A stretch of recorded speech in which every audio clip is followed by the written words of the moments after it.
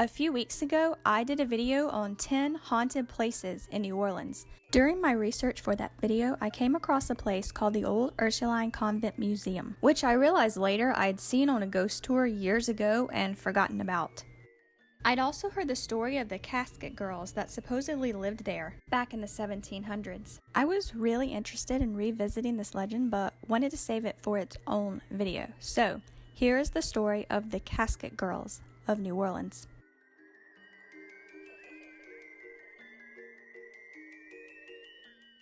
Back in 1704, the United States as it is today was very different.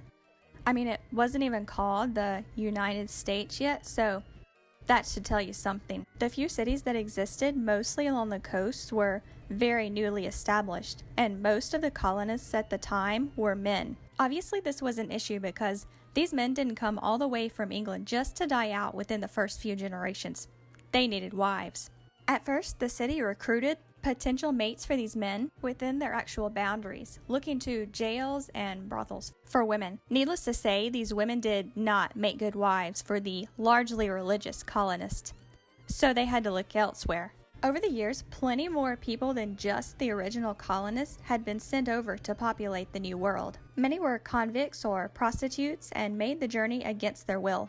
But in 1704, the first of 3 groups of girls arrived in what is now Mobile, Alabama, with one purpose in mind: to be wives for the colonists. These girls were usually between the ages of 14 and 19, and mainly chosen because they were virgins. They had been recruited from France, usually from orphanages and convents. Another group was sent to Biloxi, Mississippi in 1719, and another to New Orleans in 1728. Unfortunately, conditions on the ships were harsh, and many girls didn't survive the trip. But those who did were allowed to mingle with men of their respective colonies and choose husbands from them. Unlike previous settlers, both the journey made by these girls as well as their choice in husbands was consensual. Upon their arrival in the city, the New Orleans group experienced immense culture shock, as did the already established colonists. Often called Pelican Girls because of the name of the ship they came in, these girls were noticeably pale. Many of them also coughed up blood and carried tiny bags with all their earthly belongings inside. And New Orleans residents couldn't help but notice that these bags looked an awful lot like tiny coffins. Because of these bags, the girls came to be known as filles à la casket, or women with suitcases. So sorry if I mispronounced that. My French is, muy mal. Anyway, these girls were also called casket girls. By the way, when it's spelled like this, the word casket looks an awful lot like croquette. And if you've never had a croquette before, they are amazing. You should try one if you get the chance.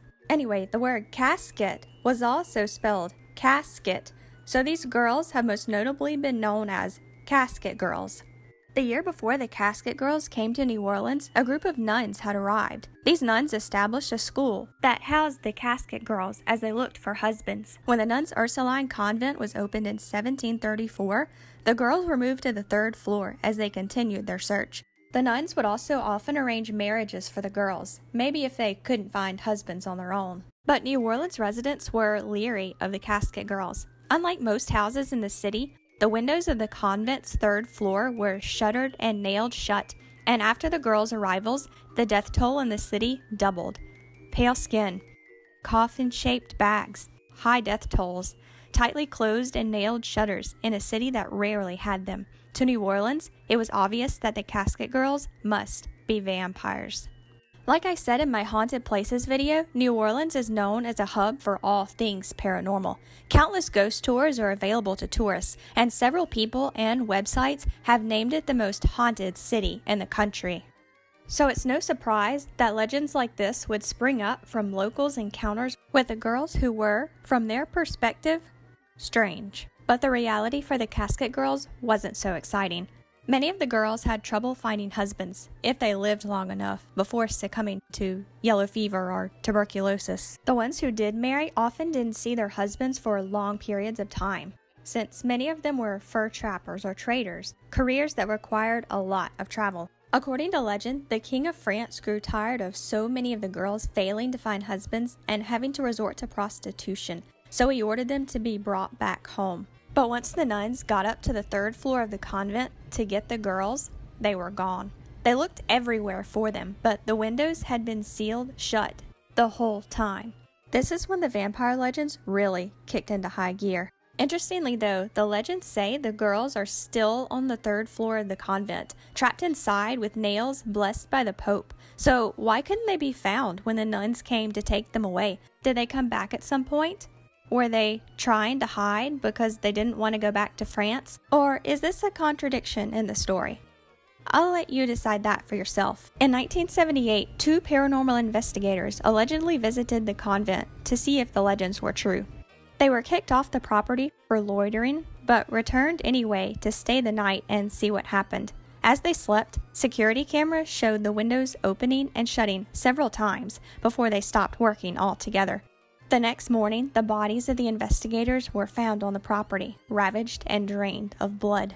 Another more recent story I found comes from a 2013 interview with a woman named Pam Keyes. In the interview, Keyes recalled a visit she made to New Orleans in 2001. Before going there, she knew about the legends of the casket girls and had heard that the third floor shutters of the convent being open meant the vampires were out and about. That night, Keyes went for a walk by herself, and as she walked by the convent, noticed the shutters were closed.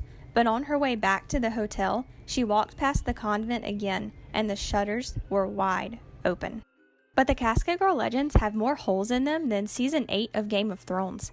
Seriously, what happened to Drogon? For starters, the shutters on the third floor of the convent are hurricane shutters, and weren't installed until over 100 years after the Casket Girls arrived in the city. The nails couldn't have been blessed by the Pope either. No Pope visited New Orleans until Pope John Paul II in 1987.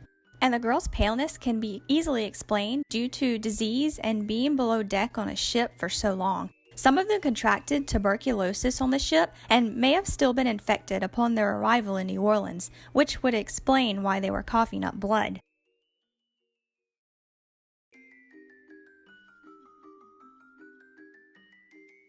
But the Casket Girl legends persist today as an interesting story, if nothing more. The old Ursuline convent is now a museum, and you can visit it and book a tour if you like. The legends have also found their way into pop culture. An early episode of the popular show The Originals is titled The Casket Girls and takes place during the Casket Girls Festival. I've never watched The Originals, so I'm not sure how much of the legends or true story they incorporated into the show or this particular episode. And as far as I can tell, the Casket Girls Festival isn't a real thing. The legends have also inspired a stage production called, fittingly, The Casket Girls. This modern rock dance theater production was inspired by the Casket Girl legends, and their website claims it brings their story to life. The show premiered in 2018 in Indianapolis, but a pretty good portion of it is available on YouTube if you want to check it out for yourself. I'll leave a link to the playlist in the description below. If you're into ballet or dance at all, I recommend you watch it because it's pretty interesting.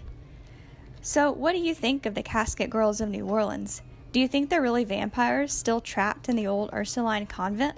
Or do you think it's all fantasy, encouraged by the paranormal atmosphere that permeates the city? Let me know in the comments. If you enjoyed this video, be sure to like and share it. And if you're interested in more horror and true crime related videos, I hope you'll consider subscribing. Don't forget, I have a book coming out on July 9th. It's called The Revenants, and there's a link below where you can get more information and pre-order if you like. Thanks for watching, and have a creepy day. Bye, guys.